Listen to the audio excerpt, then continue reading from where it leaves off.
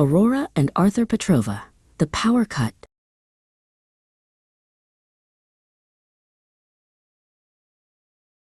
In Chelmsford town, where the asphalt glows and the humid air is thick, at 33 Falmouth Road, the summer heat is a horrendous trick.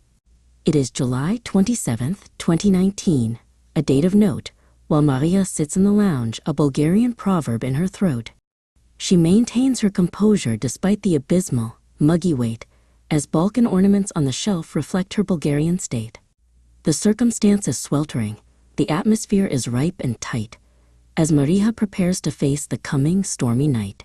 Kakva zhega, she mutters, looking at the leaden, grayish sky, while the scent of old traditions and rose oil lingers nearby.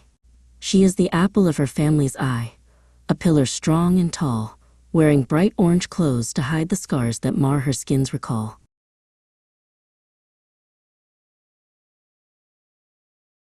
Aurora sits beside her, a girl of 12 3/4, loquacious and vibrant, one of the household's noisy daughters. Her black hair is pulled back tight in a bun with a fake fringe pinned, wearing pink clips that sparkle like the hope she's recently binned. She dreads the move to Birmingham. It's a total pile of shit. The thought of Cockshut Hill School makes her want to throw a fit.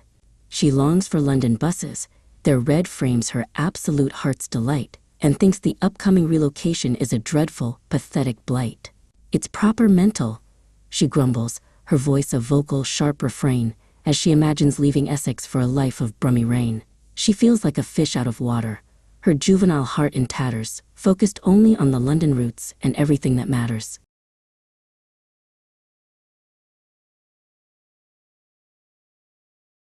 Arthur, however, is 11 and a half, and feeling quite elated. His enthusiasm for the Midlands move is never understated. He is ecstatic about George Salter Academy, a school of great renown, where diverse faces and new friends will wear the academic crown. He is a loquacious lad who loves the color green with all his soul, reaching for the exhilaration of a brand new West Brom goal. "It'll be proper mint," he cries, his green-framed glasses on his face, as he dances round the living room with boisterous, energetic grace. He doesn't share his sister's dread. He shuns her dark despair, breathing in the exhalation of the heavy pre-storm air. For him, the move is exemplary, a chance to truly shine, as he leaves the Essex monotony for a life he deems divine. Maria watches Arthur's joy and Aurora's dark, deep gloom as the Toshiba laptop whirs within the cooling room. She wears her orange garments, a deliberate, protective choice to conceal the permanent scars that once stole her toddler's voice. A boiling water accident, when she was but a tiny tot, had accidentally scalded her and changed her earthly lot. She does not let the past exacerbate her current happy mood, though the memory is occasionally, horrendously, quite rude. "Arthur, don't be a wanker," she laughs, her Bulgarian accent thick. "Go check the fridge for juice, and make it proper quick." She tries to maintain balance in this house of chalk and cheese, while Arthur tries to wind his sister up and tease her with great ease. Harlow, the Dalmatian princess, paces with a royal air, her pink collar shimmering beneath her spotted, snowy hair. She is a rowdy, energetic girl, but well-behaved and sweet, though the coming storm makes her feel a tad unsteady on her feet. "I say," Harlow declares in formal English, her voice a posh delight, "this atmospheric pressure is a most appalling sight." She is the antithesis of a common cur, a lady through and through, who finds the gathering clouds a most inconvenient, dark hue. "The humidity is quite obscene. It's really not my cup of tea. I should prefer a biscuit and some high-born company." She trots towards the sofa, seeking comfort from the heat, her paws a rhythmic tapping on the floorboard's wooden sheet. Kiev the ginger tabby sits atop the highest, Balkan shelf, a spoiled and stubborn villain who only cares about himself. He hates the rowdiness of dogs and children's loud, erratic noise, preferring to maintain his cool and feline, haughty poise. "What a load of bollocks," Kiev sneers in tones refined and cold. "This dog is such a drama queen, if I may be so bold." He is depicted as a mistake, a ginger cloud of spite, who watches all the chaos with a look of pure, dark light. He is the antagonist of peace, a creature of disdain, who finds the family's enthusiasm a most tedious, sharp pain. "Oh, shut your trap, you spotted fool," he tells the pacing hound, as he keeps his distance from the floor and stays on higher ground. Outside, the sky begins to boil, a pathetic fallacy so deep as the elements prepare to break their long and humid sleep. The air is stagnant, heavy, and increasingly quite dire, as lightning flickers in the distance like a celestial blue fire. It's a horrendous omen, a dark and brooding purple wall that threatens to descend upon the houses, one and all. Aurora watches, transfixed, as the first few droplets start to fall, hitting the window pane like bullets, or a heavy, watery ball. "Fuck me, that's a big one," she exclaims as thunder cracks, a cacophony of sound that makes the siblings' spines go slack. The storm is not just raining, it is pummeling the street, a relentless, wet bombardment in the Essex summer heat.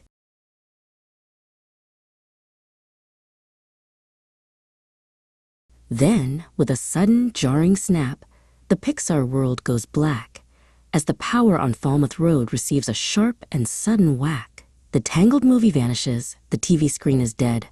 "Are you for real? This is total shit," young Arthur loudly said. The Toshiba laptop dies a death, its battery is weak, and the sudden, pitch-black silence is incredibly, quite bleak. The fridge stops its steady hum, the lights are all extinguished, and every familiar object is no longer quite distinguished. "Fuck's sake!" Aurora bellows, her voice a sharp and angry cry, as the darkness of the house reflects the darkness of the sky. The power cut is official, a malfunction of the grid, and Arthur feels a surge of fear he unsuccessfully hid.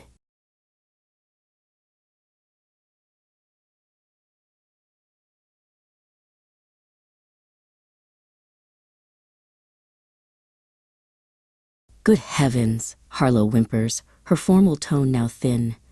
"This lack of illumination is a most atrocious sin."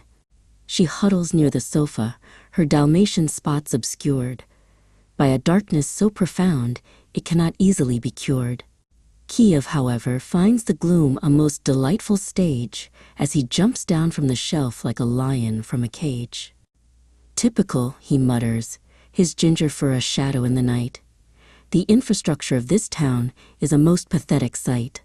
He finds the children's panic to be juvenile and weak, and seeks a spot of comfort with a villainous, cold cheek. "I suppose you'll all start crying now, you infantile bunch, while I sit here and contemplate my lack of evening lunch."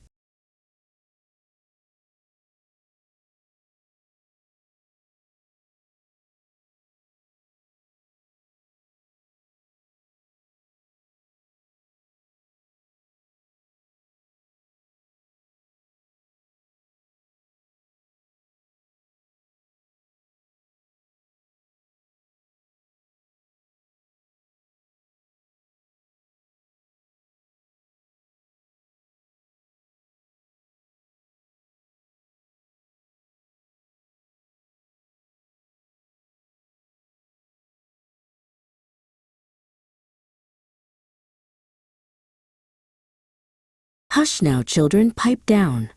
Maria's voice is firm and clear as she finds a box of candles to alleviate their fear. "Don't use that language, Aurora. It's bang out of order, see? We'll sort this out together, just the children and me." She strikes a match, the flame a tiny, golden, flickering spark that carves a little sanctuary within the heavy dark. She finds the earmuffs for the pets to stifle thunder's roar and places them with gentle hands as they huddle on the floor. Harlow gets the pink ones, looking regal, though distressed, while Kiev's blue ones make him look like he's quite poorly dressed. "You look like a right melon, cat." Aurora gives a little laugh as she helps her mother light a path along the carpet staff.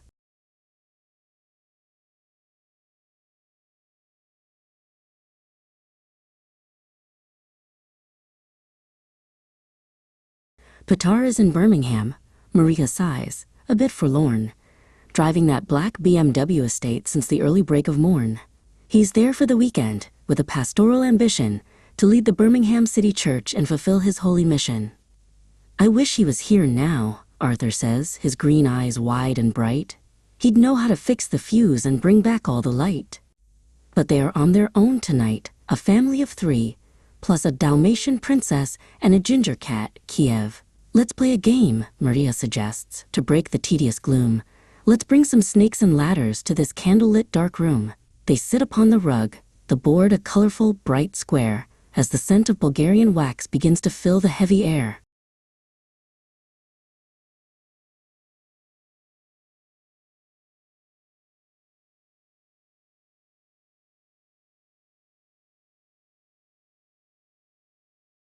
The game is a variable mess of luck and deep despair, as Arthur hits a ladder and goes flying through the air. Get in, he cheers. I'm winning now. You're back to square one, sis. This move to West Bromwich is going to be pure, total bliss. But then he lands upon a snake, a long and winding beast, and his exhilaration vanishes, to say the very least. Oh, you've got to be kidding me. That's a total fucking joke. He slides back down the board until his winning streak is broke. Maria shakes her head. Language, Arthur. I am warning you, or I'll confiscate your green shoes and your green-framed glasses, too. The game is inconsistent, a repetitive, long strife that mirrors all the ups and downs of their Bulgarian Essex life.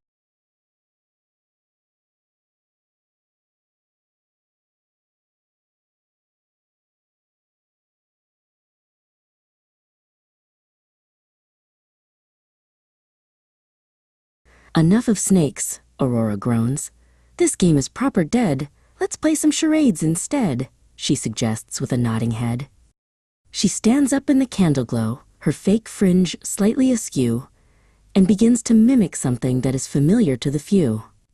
She mimes a steering wheel, then a bus's heavy door, and Arthur laughs.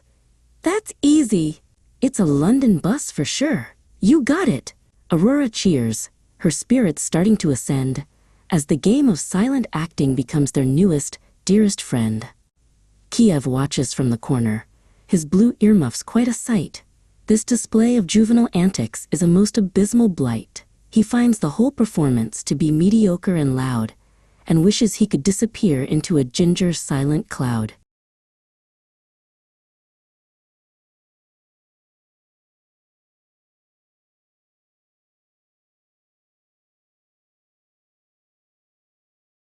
I'm parched, Maria declares, and I'm sure you lot are too. Let's have a dark picnic. It's the Balkan thing to do. She heads into the kitchen, where the darkness is most thick, and finds the bread and chili cheese, and makes the sandwiches quick. There is no stove to heat them, so they eat them cold and bold. A spicy, Essex Balkan feast that never will grow old. The the scent of chili, Harlow says with a refined long nose, is quite a sharp awakening from my temporary doze. Maria brings the platter out, a heap of spicy bread, and they huddle on the floor to keep the hungry demons fed. The picnic is a triumph, a silver lining in the night, as they feast on chili sandwiches by flickering soft light.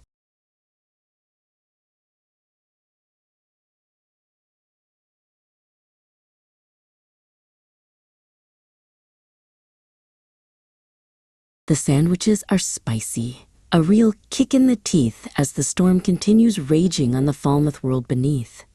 This is proper kushti, Arthur says, his mouth full of the cheese. I could eat a ton of these with the greatest, easiest ease. Aurora nods in agreement, though her mind is still on buses and how the move to Birmingham will cause a ton of fusses. It's not so bad, she whispers, as the chili warms her soul. As long as we have sandwiches, I might maintain some self-control. They eat until they're bloated, until the platter's bare and clean, the most delicious dark picnic that the family's ever seen. Now what's next? Arthur asks, his energy returning fast. Let's play hide and seek and make the fun and games really last.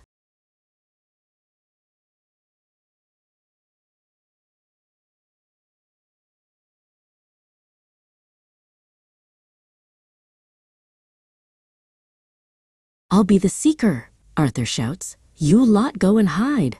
But stay within the house, don't you dare go outside." Aurora scurries off, her pink clips glinting in the gloom as she searches for a sanctuary in a dark and silent room. She finds the bathroom, cold and tiled, a vacant porcelain space, and hides behind the shower curtain with a focused, quiet face. She waits in total silence, listening to the rain and the distant, muffled sounds of Arthur's search, which seems in vain. "I'm coming for you, sis," he yells, his voice a distant hum, as the game of hide-and-seek becomes their newest nightly fun. Aurora holds her breath, her heart a drum within her chest, as she puts her hiding skills to the ultimate, final test.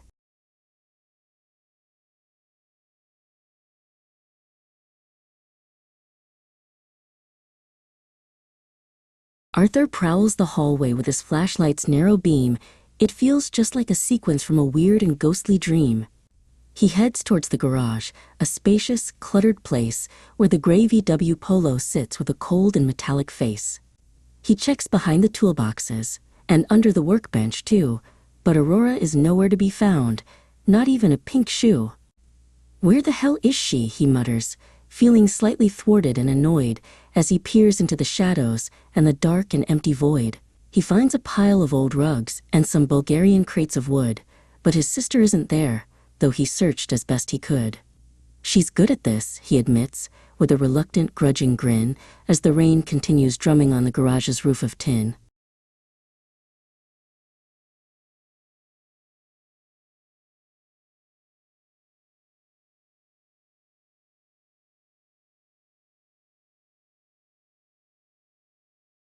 Maria joins the hiding game, but stays within the lounge. She finds a spot behind the drapes where she doesn't have to scrounge.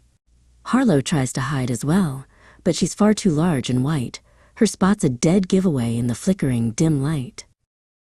"This is quite undignified," the Dalmatian princess sighs, as she tries to tuck her tail away from Arthur's searching eyes. "I'm not a common mongrel. To be playing games like this, I'd much prefer a cushion and a quiet canine bliss." But then she hears a giggle from the bathroom down the hall, and Arthur's triumphant "gotcha" as he makes his final call. He's found Aurora in her spot, and now the game is done, as they gather back together, having had their share of fun.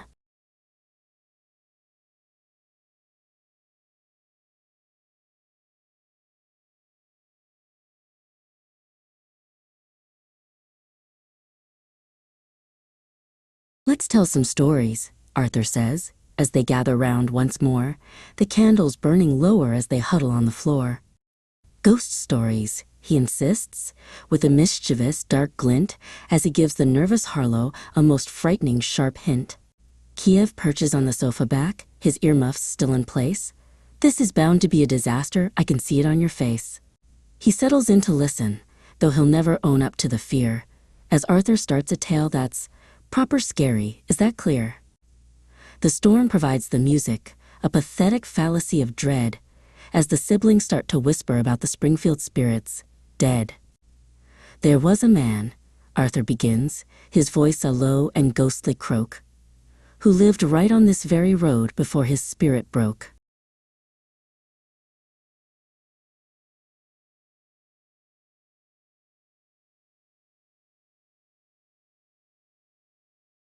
Aurora shivers in her seat, her pink clips trembling now, as the ghost story develops with a dark and furrowed brow. "He had no head," Arthur whispers, "and he walked with a metallic clang, and every time the thunder rolled, his heavy chains would bang."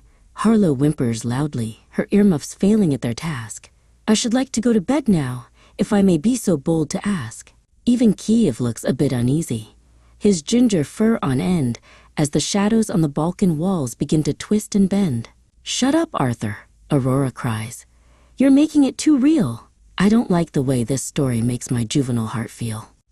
She's inconsolable and frightened. Her bravado starts to wane, as the ghost of Falmouth Road begins to haunt her frantic brain.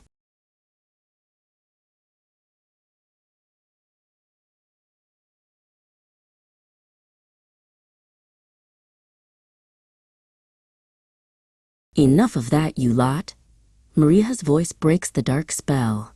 There are no ghosts in Springfield, as you know quite bloody well.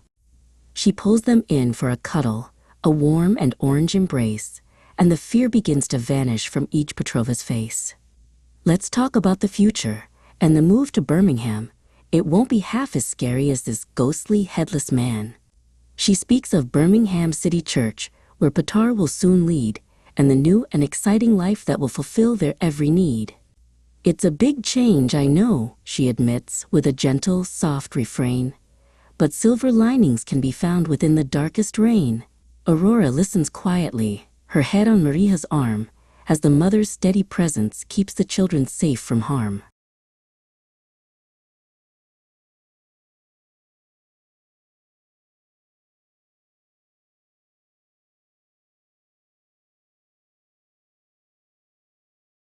Arthur chimes in eagerly, his enthusiasm renewed, as he pushes away the memory of the headless man so rude. George Salter's got a gym, Mum. I'm gonna be a sports star, just you wait and see. I'll be the best by far. He points to his own chest with a boisterous, green-clad pride, as the excitement for the move begins to swell again inside. You're such a loudmouth, Aurora laughs, feeling much more bold. But I guess the story of our future is the best one ever told. Arthur dances in the candlelight, a blur of green and joy, the most loquacious and energetic Essex Balkan boy. He forgets the power cut and the shadows on the wall, ready to take on the world and standing proper tall.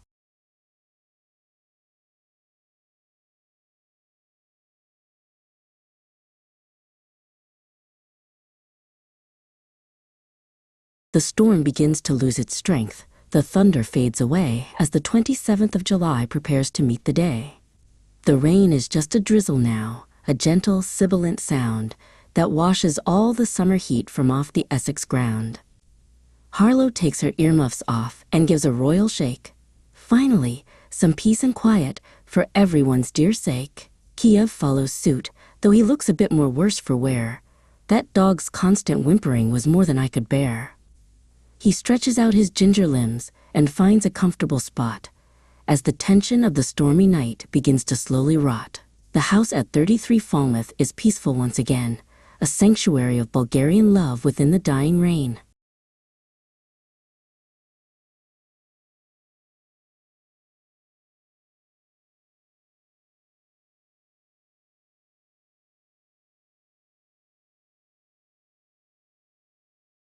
Suddenly, the lights flick on, the Toshiba whirs, the TV screams to life, ending all the darkness and the candle-burning strife. Can we finish Tangled? Arthur asks, expecting a no way, as Maria usually demands they sleep at the end of every day.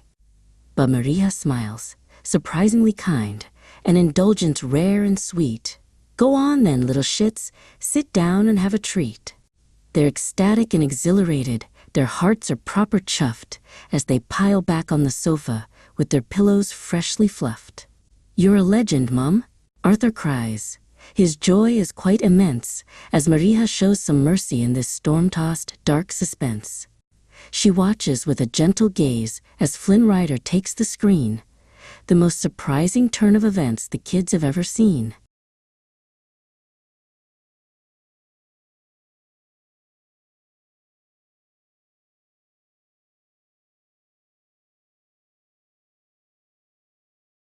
So Aurora and Arthur Petrova and the pets of Falmouth Road prepare to leave the house where all their childhood memories glowed.